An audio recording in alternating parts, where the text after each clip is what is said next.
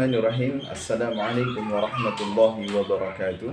Alhamdulillah wassalatu wassalamu ala Rasulillah wa ala alihi wa ashabihi wa man walah, amma ba'du. Saudaraku yang dimuliakan Allah Subhanahu wa taala, pada kesempatan video kali ini kita akan belajar bersama tentang nahwu dan shorof untuk pemula. Sebelum kita masuk pada pembahasan bab nahwu ataupun shorof itu sendiri, maka di sini kita akan belajar tentang al-muqaddimah. Muqaddimah. Ya. Pendahuluan terlebih dahulu. Ya. Kita akan belajar tentang pendahuluan sebelum kita mempelajari shorof itu sendiri dan juga ilmu nahwu itu sendiri. Di pendahuluan kali ini kita akan belajar tentang pembagian kata di dalam bahasa Arab. Bahwasanya di dalam bahasa Arab ada yang namanya al-jumlatu atau al-kalam. Al-jumlatu atau al-kalam.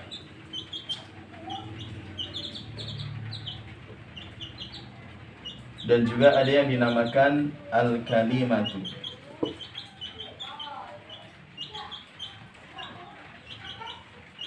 Al-jumlatu atau al-kalamu tersusun dari beberapa kalimat. Jadi jumlah atau kalam itu tersusun dari beberapa kalimat. Oleh sebab itu, di sini kita akan pelajari tentang macam-macam kalimat terlebih dahulu.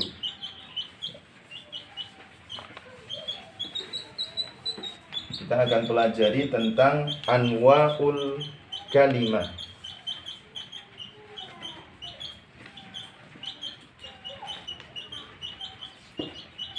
Al-kalimatu. Al-kalimatu di dalam bahasa Arab itu ada 3. Yang pertama ismun, yang kedua fi'lun, yang ketiga harfun. Ya. Ada ismun, ada fi'lun, ada harfun.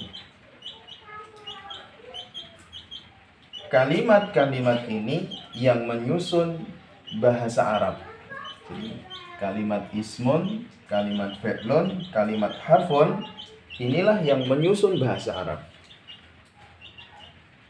Oleh sebab itu, untuk pemula harus mengenal apa itu isim, apa itu fi'il, apa itu huruf. Dimulai dari isim. Apa itu isim? Isim adalah suatu kata yang menunjukkan makna pada dirinya, makna pada sebuah benda, atau juga bisa dikatakan kata benda, atau kata sifat, atau kata keterangan. Ya, jadi ini makna dari isim. Jadi isim ini adalah kata benda, kata sifat, ya, kata keterangan, keterangan waktu atau keterangan tempat, maka masuk ke dalam isim. Ya. Jadi kalau kita boleh tulis di sini,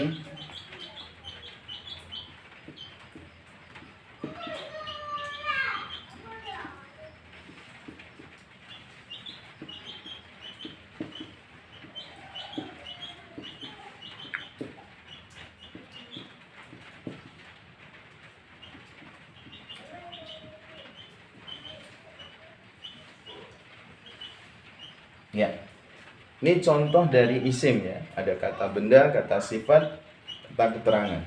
Kemudian apa itu fi'il? Fi'il ini biar kita mudah memahami, dia adalah kata kerja. Kata kerja. Kata kerja di sini ada kata kerja lampau, ada kata kerja sedang atau yang akan datang, atau kata kerja perintah, ya. Jadi fiil ini berkaitan dengan pekerjaan, kata kerja. Apa itu huruf? Ya. Yang ketiga yaitu huruf. Huruf di sini adalah, yang dimaksud huruf di sini adalah huruf mabaniyah. Huruf mabaniyah, huruf yang memiliki makna ketika dia bersambung atau masuk ke dalam, yaitu isim ataupun fiil. Oke, di sini ada namanya huruf jar, ada namanya huruf ataf, ya. Ada namanya huruf taukid, ya. Ini pembahasannya nanti, ya. Jadi ada macam-macam huruf di dalam bahasa Arab. Ya, ini pembagian kalimat di dalam bahasa Arab ada 3, isim, fiil, dan huruf. Kita harus pahami dulu, tidak akan lepas di dalam bahasa Arab, di dalam Al-Quran, di dalam hadis-hadis Nabi, susunan-susunan firman Allah, susunan-susunan hadis-hadis Nabi tersusun dari ini 3, isim, fiil, harfun, ya. Isim, fiil, dan harfun, ya.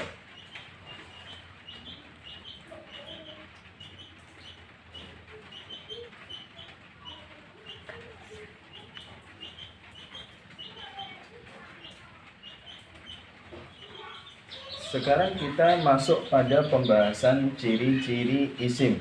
Jadi kalimat tadi ada 3, ada isim, ada fiil, ada harfun.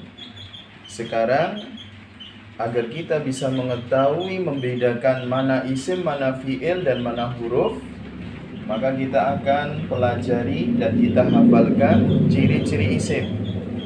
Isim memiliki ciri-ciri, ya. Isim memiliki ciri-ciri. Ciri-ciri yang pertama, bahwasanya isim itu bisa menerima tanwin, ya. Tanwin yaitu fathah tanwin, kasroh tanwin, ataupun domah tanwin, ya. Contohnya di sini muhandisun. Muhandisun, kita baca tanwin di belakangnya, berarti menunjukkan muhandisun ini adalah isim. Kemudian contoh yang kedua, muhandisun tadi artinya insinyur.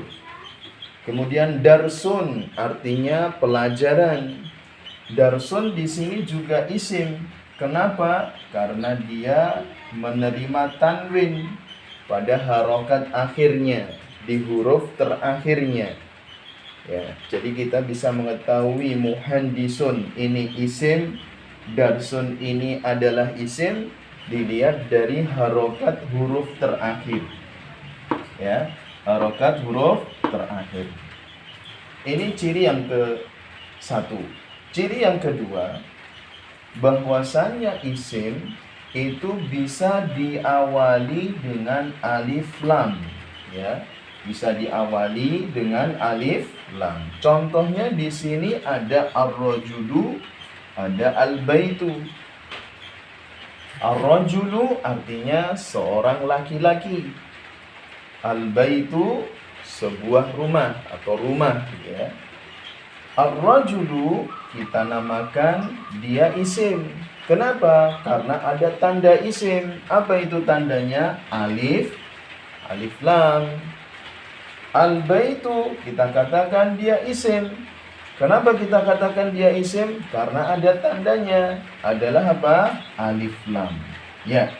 Jadi ini tanda isim yang kedua, yaitu alif, alif lam. Ya. Ciri isim yang ketiga, yaitu isim bisa bersambung dengan isim yang lain atau disebut kata menjemuk di dalam bahasa Indonesia. Jadi kata majmu' itu apa? Yaitu dua kata yang bergabung menjadi makna yang baru. Ini kata majmu', ya. Begitu pula di dalam bahasa Arab ada kata majmu'. Ya, nanti susunannya adalah susunan yang pertama ini namanya mudhof. Susunan yang kedua namanya mudhofun ilaih. Jadi nanti kita kenal dengan susunan mudhofun ilaih. Urutan yang pertama namanya mudhof, urutan yang kedua namanya mudhofun ilaih. Nah, di sini contohnya kitabu Muhammadin. Kitabu Muhammadin. Kitab ini namanya mudhof, Muhammadin namanya mudhofun ilaih. Yang dimaksud ciri yang ketiga yaitu kata kitabu. Kenapa? Karena ketika ditanya kitabu, ya, kita katakan misalnya dia adalah isim, ya. Apa tanda isimnya kalau begitu? Yang kita sudah pelajari dua, yaitu bisa didahului alif lam atau bisa ditanwin. Kita perhatikan kitabu tidak ada alif lam, kemudian tidak ada tanwin. Oleh sebab itu tentunya ada tanda yang ketiga bersambung dengan isim yang lain. Nah, di sini Muhammad kita katakan dia isim. Kenapa? Karena dia menerima tanwin. Ya. Jadi Muhammad ini sudah jelas bahwasanya dia isim karena bisa menerima tanwin di harokat huruf terakhirnya. Sedangkan kitabu dia isim, kita katakan isim karena dia bisa bersambung dengan isim yang lain, yaitu Muhammadin, yang mana susunannya adalah susunan mudhof, mudhofun ilaih. Ya. Jadi di sini ada beberapa hukum untuk mudhof. Ya. Mudhof itu yang pertama tidak boleh diawali alif lam. Di setiap mudhof tidak boleh diawali alif lam. Yang kedua, setiap mudhof tidak boleh menerima tanwin. Ya, memang dia tidak bisa menerima tanwin. Ya. Ini hukum dari mudhof. Adapun mudhofun ilaih, hukum dari mudhofun ilaih hanya satu, pasti dia itu majrurun. Majrurun itu apa?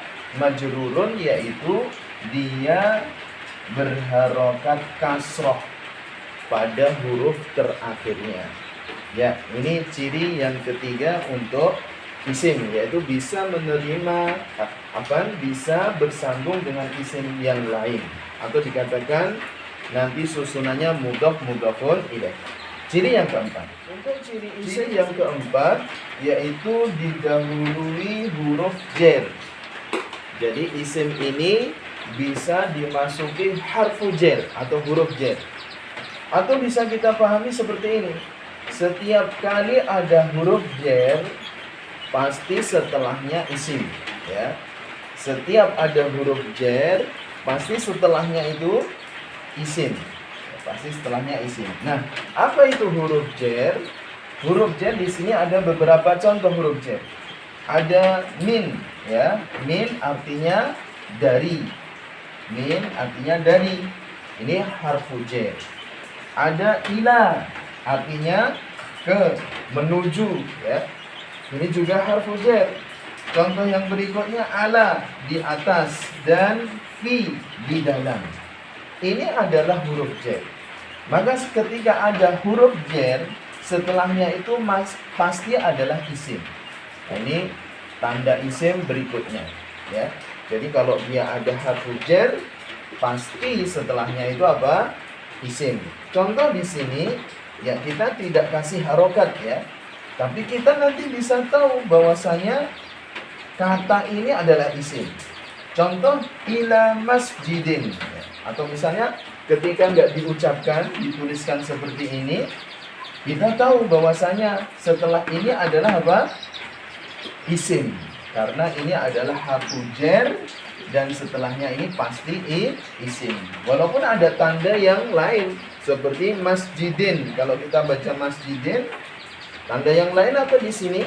Tanda isim yang lain menerima tanwin. Ya, bisa menerima tanwin. Kemudian yang kelima, ya, contoh atau ciri isim yang kelima.